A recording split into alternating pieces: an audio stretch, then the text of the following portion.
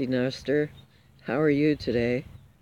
Looks like kind of spring here in Missouri today. It's finally warm enough to sit outside and have the sun shining and birds chirping and critters running around and things starting to grow.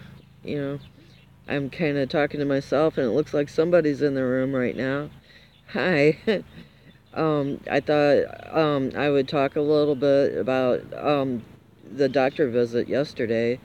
Hi, three people in the room today. you know, um, Hi Jeff. Good to see you. But if you watched my video yesterday, I told you I was going to the surgeon, and it turned out to be a good visit. They ended up taking the staples out, and um, it wasn't, it's good news for eating. He said that I can try eating. Hope you're doing much better. Thank you, Jeff. I appreciate that. I am doing a lot better. I'm still not 100%, but, I'm 100% alive and, so happy that I can eat, whatever my body will tolerate. And then he told me, though, that I asked him about gardening or what I can do, and he was like, no, I have to still take it really easy and be really careful for the next 3 months. And then he said it'll be like 6 months till I'm totally out of the woods where I won't create like a possible hernia or hurt myself if I do the wrong thing. So it's kind of like, this year will be a lot of rethinking of, like yesterday, the tomato video. Hey, come here. I haven't seen, what's his name? Let me turn you around. Um, oh, Milo. Thank you. Sorry, I was reading the comment. But Milo, with me being in the hospital so much, and not being outside, Milo's the cat that the neighbor across the street left behind, and he lives at my house in the building back here, but the neighbors all take care of him, two neighbors across the street. And then, he'll come to my house and eat at my house too. So he's kind of like the neighborhood cat. We all take care of him. Sorry, it was good to see him and it interrupted my thoughts or, what's happening with the doctor visit. But I was so excited that, I don't have limits now on what I can eat. And then he said, whatever my stomach is like, October 31st is what it's going to be like. My digestive system will take that long to be complete, and however it functions, then it'll function. And I should be safe then. And the new grandbaby is due that day too, so I'll be able to hold the new grandbaby. But the last grandbaby, I was only able to hold him. His name's Chevy. When he was born, and he's too much weight for me to lift and hold right now. But hello to the other people in the chat room. It's good to have you all here. And I'm not sure if Shirley's here or will be here, but she sent me a message asking how I was doing. And it's just easier for me to say all this in person, or not in person, but on video rather than typing. But after getting the stitches out, I still have the hole where the ostomy was, that you have to pack, but it's shallow now to where, he said just, press the gauze or cotton, I guess it's gauze, and fold it over and then put tape on it. And the pain is harder for me to get up. And he said that the only thing safe for me to do right now is walk. And he told me I could walk 6 miles a day, and I'm like, yeah, yeah, right. Um, I can walk. We went to the grocery store, and I can walk down, like the vegetable aisle across the back of the store, back out and then stand in line. And, it's tiring. And then I guess he's right. You can walk. It's the pain of getting up or sitting down, that hurts. But I'm just thankful that everything's working out and I have hope. And I just have to be patient for, 6 more months to be completely healed. But sitting outside in the sun is awesome. Getting vitamin D today and getting to see the kitty and talking to you guys. If anyone else wants to say something, I'd love to hear from you. You know, but you know, the wind put the plastic back down on my greenhouse. Are the tomatoes still doing well? Yeah, the tomato plants are in the house and doing well, and I could bring them out today and put them in the sun and give them a little bit of sun, but I'm gonna really protect these guys because you don't know what Mother Nature's gonna throw at us right now. It was like 31 degrees.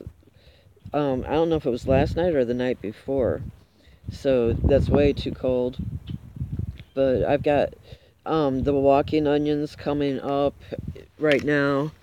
The Egyptian walking onions. Let me see if I can turn the screen around. You have to forgive the mess. Um, Very true.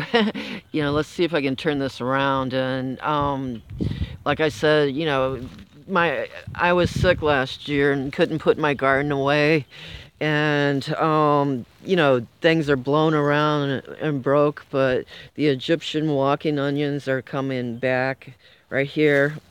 And then the other perennial onions aren't up yet, and I've got grass that grew into the bed. Those other onions seem to need to reseed themselves, and the asparagus, I didn't get to cut the stalks down. Hi, Shirley. If you weren't here, I kind of updated what happened yesterday, and you may have to go back and re-listen. Sorry, I haven't messaged you back yet. But at the moment, I'm just going to show a little bit of what's happening, and like I said, forgive the mess. I'm gonna remember these are egg crates. Last year I put egg crates out here for the sweet potatoes and grew the sweet potatoes in there. This landscaping fabric is not as good as what I had before to make my grow bags with. And here's one of the grow bags that I made. This is like 3 or 4 years old. This one, there's 1, 2, 3, 4, 5 grow bags in here, and you can see this landscaping fabric is still holding up. So I didn't know there was a difference in quality. And I'm gonna, possibly put seeds in these, maybe, grow some lettuce because I don't have to bend over. And that silly cat is over there. Look at Milo. That's the cushion. It got blown out of the swing up front, so he's over there making himself at home. And irises over here are coming up. And these are some onions. Debbie, a friend of mine that lives by my daughter, Tessa, she gave me these, and they're like a perennial onion too. But I've got containers, and then this is asparagus too that'll come up as soon as the weather's right. And again, I didn't get to cut it down last year, but I'm gonna have to depend on what comes back a lot. And then these are I can't remember the name of your channel, the Greasy pole beans. I wasn't able to pick them, and I'm not sure if the seeds are viable. Let me open them. They've been exposed to everything all winter. Here comes Silk. let's see if I can open them. Okay. Hey, Milo. He's doesn't like her. Partially off-grid. Debbie, hi. I saw your comment, but it went away too fast for me to read it. But here's the beans, and all I can do is they're kind of or I guess you're not seeing them. They're kind of wrinkled, and I'm not sure if they're viable, but I'm gonna take some in and test them and see if they're still viable.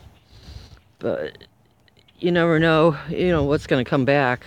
I'll just throw them on the ground right now and let them go. And then that's comfrey, Russian Black and 14 comfrey.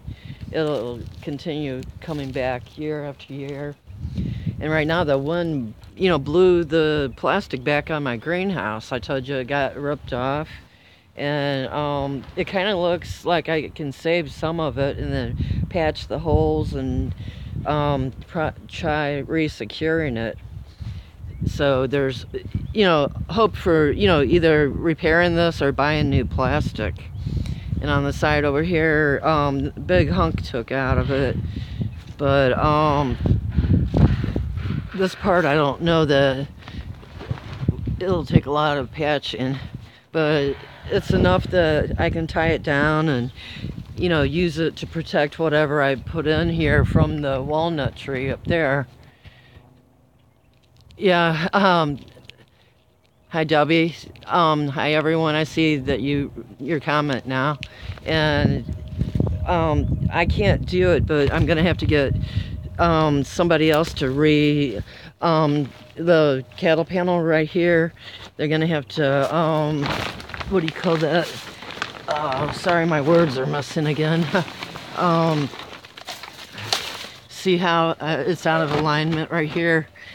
I'm gonna have to get someone else to put it back in its place and then put the support boards back up. I'm gonna run a support board straight down this way and then use wood coming back up that way and re-support it here instead of, I had supports where that one was, and it turns out that you need it there, I guess, to keep the height there. But I'm now finding I need a wood support, down this way or possibly in the front. Debbie says, I wish you were closer to me. I could come over and help. Thank you. I appreciate just the virtual offer. And I'm amazed. Look at that, how shredded it is, the blue tarp. I was using that for kind of shade. And I had, oh, this is a mess here. But rope, going across, and the rope is still back there, and then the blue on that is still there, but it broke off on the outside. But there's a piece of it there. And then the table, I don't know where that piece of wood came from that's laying on the table, but all the plants that I left out here, there's no hope for them, and my trays are, weather damaged because of this part was taken off, from the plastic. Sorry to show you my disaster, but it's kind of like,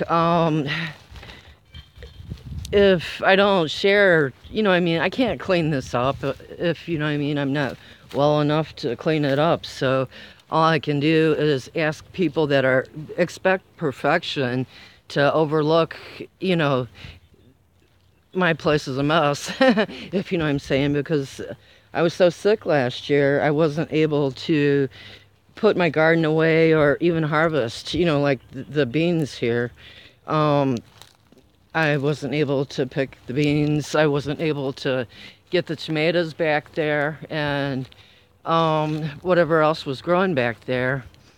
And I may have to just let the tomato area rust this year, because I can't, even if I grew all them tomatoes and Bobby came over and put in tomatoes, I can't process them and can them and stuff. And I'm not, this isn't meant to be a depressing video. It's just, if I don't accept my limitations this year, you know, it would possibly drive me crazy. And I don't mean for it to sound negative. It's just, you know, I'm really happy that spring is here. You know, I have to talk about the positive things and also share the negatives too. As in, what you're seeing here too is a really positive thing that you didn't know about. You know, all this ton, my son-in-laws took down the walnut tree that was right here, and, you know, protecting the buildings. And they found all this, you know, somebody, because this was all grown up, I guess took the roof off of this shed. You know, it could have even been I don't remember this house having a metal roof, you know, when I bought it, but it's possible it did. And instead of the roofer taking the metal off, all the metal was, you know, stacked up in here. And he's going to come back, you know, when he gets time and take all the metal to the scrapyard. You know, so for now we just have to look at metal on the ground, you know. But sorry, I guess I'm talking, or I start one subject and then go into another one. Sorry. You know, I hope you guys are doing well. And look at all these dandelions. It's definitely spring, and, you know, time to plant potatoes, where this should have been last month, you know. So, oh, those of you who have daffodils, get your potatoes in, you know. And I hope mine are doing well. How large is your yard? Shirley says it's almost an acre. You know, the field back there, oh, it used to be, you know, going down this way. They sold that part and built 2 houses on it, and then there's 2 more going the other way. And then there's 3 acres next to me. Hi, P and W. Good to see you. Big hugs to you. But there's like 3 acres over there that's not mine. But it's, you know, it's kind of like, if you count mine with all the acreage you see here, it used to be 10 acres. And, you know, 8, what was it? Oh, the Miller County Fairgrounds owns all of this and then sold those. And a farmer is selling these 3 acres right here between me and the church to the community building. I forgot what it's called. It's kids learning to build houses, and they're going to build more houses like those over there on those 3 acres. And I'm not sure, you know, if they get this land, they could possibly put in a road back here, and that would be awful, you know. Or for me, it's awful. You know, I like all the feeling country, because all I have to do, you know, is go over here. You know, I've got room for a house to be built on this side of my house and a house to be built on that side of my house. And I'm on the edge of town where, if you can see behind the house over there, there's cattle that live on the acreage across the road over there. And I get to watch little baby cows go from, let's say, 3-4 months old to however old a full size of cow is. You know, I don't know if they're 2 years old or not. Yeah, it's wonderful to have this space. And believe it or not, when I lived in St. Louis, I had a bigger yard than this one.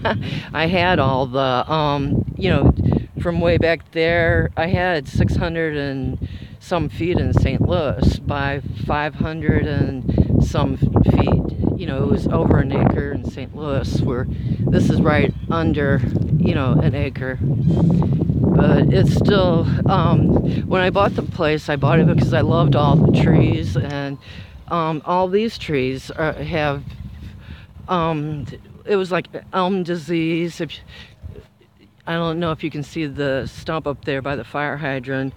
My son-in-laws took that one down because it died. They're ash or elm, and this one here they took down, and they broke the fence rail and had to put the fence rail back up for the neighbors. And what do you call it? Some of these trees here, I think either a pecan or a walnut jumped into one of these trees, and that'll end up making this ground toxic where I can't grow the tomatoes anymore. So we have to keep an eye on it. If it's a pecan, it can stay. If it's a walnut, it's got to go. And then all these things sticking up here, blackberries have invaded back here too. So there's a fight now with blackberries taking over, the tomato garden. And here's blocking 14 comfrey coming up here. This is really well. And then I still have the strings for my tomato plants. They were all growing east to west last year, and then this year I would reverse it and take them, put the strings coming the other direction and be growing the plants north to south, that direction. And this is where my hugelkultur bed was forming. There's a hole where I keep putting wood and scraps, like compost, and it keeps growing. And then this bed got took over by grass. But there are plants that will come back perennially in this bed. It's kind of like a mustard plant, a leafy plant. And then here's, I think, red burgundy okra. And there's seeds in here that I could possibly replant. And then my popcorn didn't get harvested, but let's see if there's any popcorn. I can't believe I'm doing a harvest, or sort of a harvest. Okay. No, that didn't mature. Oops, I don't know if you can see it or there. It didn't fully mature. This is a purple popcorn, and this is still white. Unless it was purple and then the winter took the color out of it. Not sure. I've never, left popcorn or left corn out over the winter. But it looks like these corns are missing. But this bed was full of popcorn. But again, someday we'll redo it.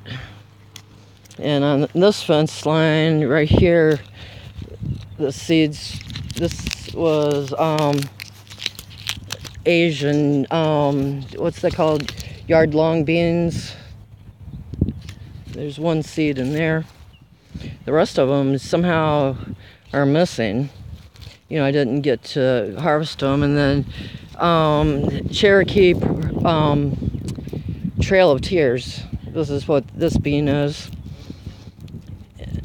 That doesn't feel like they matured. Yeah, that one didn't mature, or it got wasted. There's one. This is what they're supposed to look like. They're a black bean. But put them on the ground, and if they regrow, they regrow. I won't be able to just come out and plant them. But I guess I'm gonna let you guys go for now. It was good talking to you, and sorry I kept you so long. But at least, it's a start of feeling like, even though I'm not gardening, it's like feeling like you are starting to garden, So I guess I'll talk to you again soon. Love you all.